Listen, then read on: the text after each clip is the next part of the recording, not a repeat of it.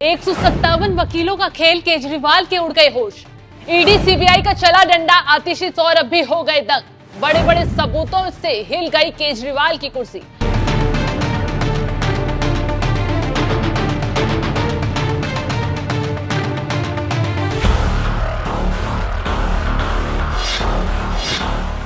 नमस्कार, आप देख रहे हैं एनएमएफ न्यूज। मैं आपके साथ शब्दम। केजरीवाल जेल से बाहर निकलने के लिए तमाम हथकंडे अपना रहे हैं, लेकिन सबूतों की डायरी सीएम साहब की आफत लगातार बढ़ा रही है। ईडी सीबीआई का डंडा इस सख्ती से चल रहा है, केजरीवाल की हालत लगातार बिगड़ती जा रही है। ऐसे में अब 157 वकीलों ने खेल कर दिया है। केजरीवाल के लिए ऐसी मांग कर डाली है कि सीजेआई चंद्रचूड़ भी हैरान हो गए हैं। दरअसल दिल्ली हाईकोर्ट और निचली अदालतों के लगभग 157 वकीलों ने चीफ जस्टिस डीवाई चंद्रचूड़ को पत्र लिखा है। वकीलों ने केजरीवाल की जमानत में हो रही देरी को लेकर सीजेआई को यह पत्र लिखा है। पत्र में वकीलों ने केजरीवाल की जमानत याचिका पर स्टे लगाने वाले जज पर भी सवाल उठाए हैं। तो वकीलों की तरफ से केजरीवाल की जमानत पर जल्द फैसला सुनाने की गुहार लगाई गई है।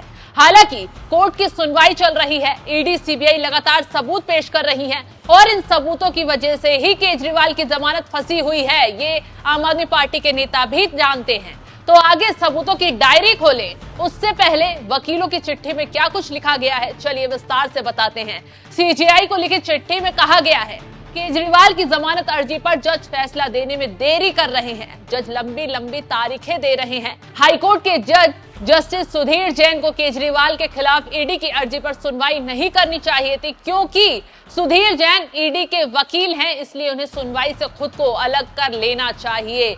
तो 157 वकीलों ने चिट्ठी सीजेआई को लिखी, उसके बाद क्या कुछ कहा, तो चलिए सुनवाते हैं। चीफ जस्टिस ऑफ इंडिया को हमने रिप्रेजेंटेशन दिया, जिसमें करीब 157 लॉयर्स के सिग्नेचर हैं, जिसमें प्रमुख रूप से बलराज सिंह मलिक जो सुप्रीम कोर्ट में प्रैक्टिस करते हैं, एओआर साहब भी हैं, कुछ सुप्रीम कोर्ट के मेंबर हैं, बाकी डिस्ट्रिक्ट कोर्ट, हाई कोर्ट के मेंबर हैं। उन सब ने एक सिग्नेचर करके एक चिंता जाहिर की है कि पिछले कुछ दिनों से, जब से अरविंद केजरीवाल जी को बिहाइंड द बार जाने के बाद ईडी ने जिस तरीके से ईडी की कोर्ट, डेजिग्नेटेड कोर्ट की बेल मिलने के बाद उन्होंने हाई कोर्ट में उस ऑर्डर को चैलेंज किया, बिना उनके पास ऑर्डर हुए हाई कोर्ट ने उसको स्टे किया। और बाद में पता चला कि ऑनरेबल हाई कोर्ट जज सुधीर कुमार जैन साहब जो हैं, उनके रियल ब्रदर ईडी के काउंसिल हैं, ईडी के पैनल लॉयर हैं। जबकि परंपरा यह है कि अगर मान लो आप उसको रिक्यूज करना चाहिए था, दूसरे इंडिपेंडेंट जज को सुनना चाहिए था। इस तरीके की चीजें कहीं ना कहीं चिंता जाहिर करती हैं। जिस तरीके से इंटरनल सर्कुलर आता है कि आप वेकेशंस के अंदर कोई फुल फ्लेज ऑर्डर नहीं करेंगे, जिस तरीके से हमारी सबमिशंस को इग्नोर किया जाता है, सबमिशंस ऑर्डर के अंदर रिफ्लेक्ट नहीं होती हैं, तो इन सब चीजों को लेकर चिंता जाहिर करते हुए आज हमने मुख्य न्यायाधीश जी को एक रिप्रेजेंटेशन दिया है और उनसे गुहार लगाई है कि आप देखिए कि जुडिशियल साइड में आप तो कहते हैं कि फेयरलेस होकर इंडिपेंडेंट जजमेंट देना चाहिए कोर्ट्स को, और एक कोर्ट अगर कोई ऑर्डर देती है, जजमेंट देती है, उसको किस तरीके से रोका जाता है, ये सब चीजें अनफेयर है, अनफेयरनेस को रोकना चाहिए। यानी कि केजरीवाल की जमानत पर स्टे लगाने वाले जज को भी इस चिट्ठी में घेरा गया है, जबकि हाईकोर्ट के जज फैसले में साफ साफ कह चुके हैं कि निचली अदालत की जज ने केजरीवाल को जमानत देने के लिए अपने विवेक का इस्तेमाल ही नहीं किया। एक पक्ष को बिल्कुल नहीं सुना गया, सबूतों की फाइलों को खोलकर ही नहीं देखा गया और एक तरफा फैसला सुना दिया गया। ये टिप्पणी हाईकोर्ट के जज ने तब की है जब खुद ईडी ने आरोप लगाया था कि निचली अदालत ने ना तो ईडी की तरफ से दिखाए गए सबूतों पर ध्यान दिया, ना ही ईडी की कोई बात सुनी गई और छूटते ही केजरीवाल को जमानत दे दी गई।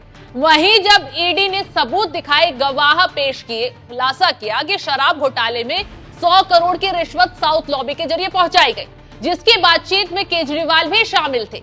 साथ ही कोर्ट को यह भी बताया गया कि गोवा चुनाव में हवाला कारोबारियों के जरिए 45 करोड़ रुपए पहुंचाए गए, जिन्हें चुनाव प्रचार में खर्च किया गया। ये पैसे भी शराब घोटाले से आय थी, यानी कि अपराध की आय थी और केजरीवाल के हवाला कारोबारी से लिंक थे, जिसकी चैट भी बकायदा कोर्ट में पेश की गई ईडी के जरिए। साथ ही ईडी ने हाल ही में विनोद चौहान नाम के एक हवाला कारोबारी को भी गिरफ्तार किया है, जिससे पूछताछ में कई बड़े खुलासे हुए हैं।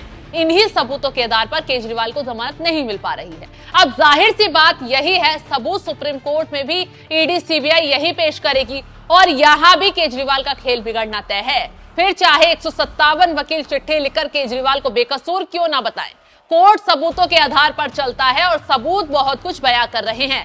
इन्हीं सबूतों के आधार पर ईडी ने सख्ती दिखाई है और इन्हीं सबूतों के आधार पर सीबीआई का डंडा चला है। अब देखने वाली बात तो यह होगी कि सीबीआई इन चिट्ठी पर क्या ध्यान देते हैं और हाईकोर्ट सीबीआई केस में केजरीवाल की जमानत पर क्या फैसला देता है, ये देखने वाली बात होगी। तो जिस तरीके से 157 वकीलों ने सीबीआई को चिट्ठी लिखी है, केजरीवाल को जमानत की मांग की है, इस पर आपका क्या है कहना, में कमेंट कर जरूर बताएं।